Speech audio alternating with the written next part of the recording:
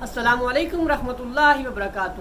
دو سیاح سارے دن کی سیاحت کرنے کے بعد اب تھک کر چور ہو چکے تھے۔ ان کو بھوک ستا رہی تھی، پیٹ کے چوہے ان کے اندر پیٹ کے اندر گول کر رہے تھے۔ اب وہ کھانے کی تلاش میں تھے۔ انہوں نے گوگل پہ سرچ کیا کہ کون سا اچھا ریسٹورنٹ اس علاقے میں ہے۔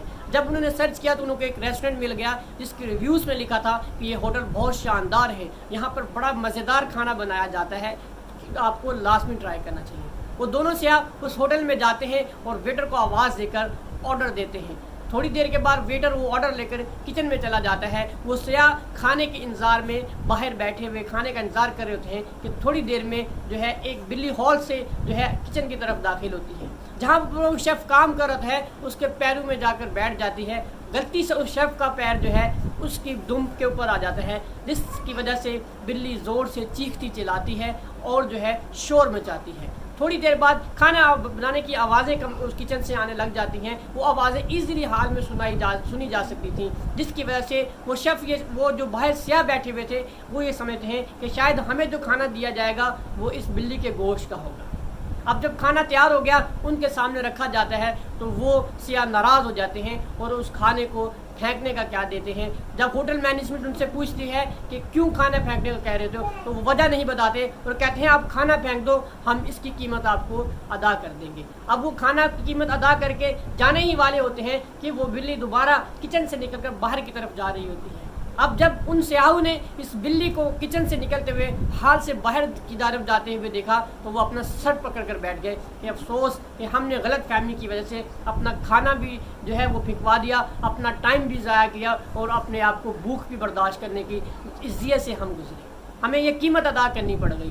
تو وہ اسی بھوکے پیٹ کے ساتھ وہاں سے چلے جاتے ہیں۔ دوستو، یہ مس انڈرسٹینڈنگ جو اس سیاحوں اور اس ہوٹل مینجمنٹ کے درمیان ہوئی، یہ ہمارے ہر رشتے میں پائی جاتی ہے۔ ہمارے ہاں اللہ نے ہمیں بہت سارے رشتوں سے نوازا ہے جو ہماری زندگی کا حسن ہوتے ہیں، لیکن ہم اس حسن کو بدصورتی میں بدل دیتے ہیں، ناچاکیوں میں بدل دیتے ہیں، اس کو ہم جو ہے تلا تعلقی میں بدل دیتے ہیں، کیونکہ ہمارے ہاں چھوٹی چھوٹی مس انڈرسٹینڈنگ ہو جاتی ہے۔ ان مس انڈرسٹینڈنگس کو ہم اگر کلیئر نہیں کرتے تو فیوچر میں وہ ہمارے لیے رشتے توڑنے کا سب سے پہلا سبب بنتی ہے۔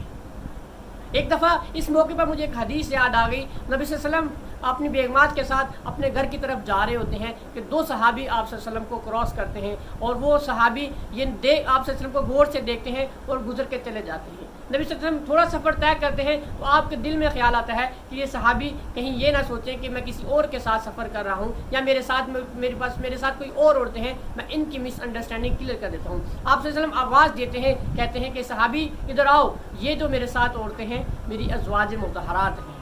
حالانکہ شک کرنے کی نوبت نہیں آتی، کوئی شک کرتا بھی نہیں، لیکن رسول اللہ صلی اللہ علیہ وسلم نے خود سے یہ محسوس کیا کہ یہ کوئی بڑی مس انڈرسٹینڈنگ نہ بن جائے، اس کو کلیئر کر لینا چاہیے۔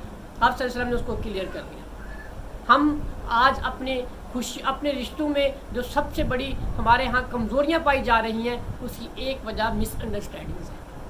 وہ چھوٹی چھوٹی غلطیاں ہیں جس کی وجہ سے ہم اپنے قیمتی رشتے کھو دیتے ہیں۔ رشتے کئی طرح کے ہوتے ہیں، آپ کے ساتھ جڑا ہوا ہر رشتہ جو ہے آپ کے لیے ایک طاقت اور ایک ویلیویبل ہے۔ وہ رشتہ آپ کا باس اور امپلائی کا ہو سکتا ہے، استاد اور شاگرد کا ہو سکتا ہے، فیملی اور جو ہے خاندان کے افراد کا ہو سکتا ہے، آپ کی والدہ اور آپ کا ہو سکتا ہے۔ ہر طرح کے رشتے کے اندر مس انڈرسٹینڈنگ ہو جاتی ہے۔ آپ نے دیکھا ہوگا کہ اگر اسٹیل کے برتنوں کو ایک جگہ میں تھوڑی دیر کے لیے رکھا جائے تو وہ ساتھ میں ٹکرانے کی وجہ سے ان میں آوازیں آتی ہیں۔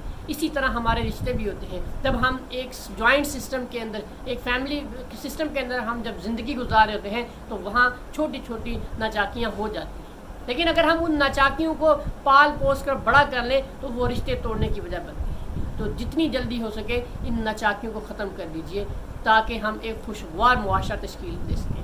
آج وہ ہمارا اسلامی معاشرہ، اسلامی تناظر میں جو ہمارا ایک معاشرہ تشکیل کرنا تھا، آج وہ ہمارے معاشرے میں ناپید ہو چکا ہے۔ ہمیں نظر ہی نہیں آتا، آج ہم سب اکیلے اکیلے جینے کو خوشی محسوس کرتے ہیں، حالانکہ وہ خوشی نہیں، وہ غم کا باعث ہوتی ہے۔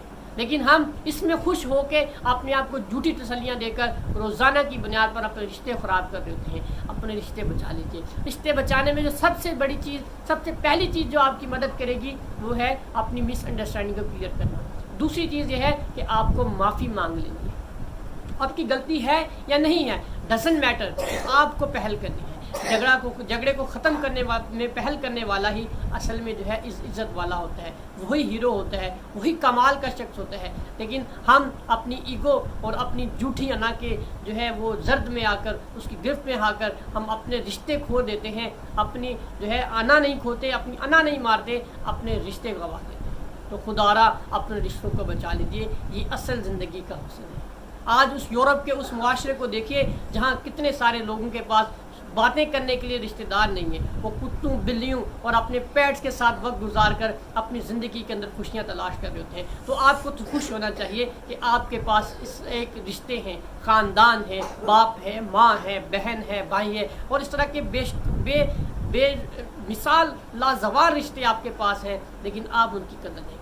ان رشتوں کی قدر کیجئے کہ جب نہیں ہوتے نا، پھر تکلیف بانٹنے والا کوئی نہیں ہوتا، پھر درد کو محسوس کرنے والا کوئی نہیں ہوتا، پھر آپ تنہا اپنے اندر ہی ایک جنگ لڑ رہے ہوتے ہیں، کیونکہ آپ کو غم کو سننے والا کوئی نہیں ہوتا. اپنے غم کو ختم کرنا چاہتے ہیں، خوشیوں کو بڑھانا چاہتے ہیں، تو اپنے اوس پڑوس، اپنے خاندان، اپنے آفس، اپنے ساتھ کام کرنے والے، اپنے ساتھ جو اٹھنے بیٹھنے والے تمام رشتوں کی قدر کیجیے. یہ رشتے ہی زندگی کا اصل حسن ہے.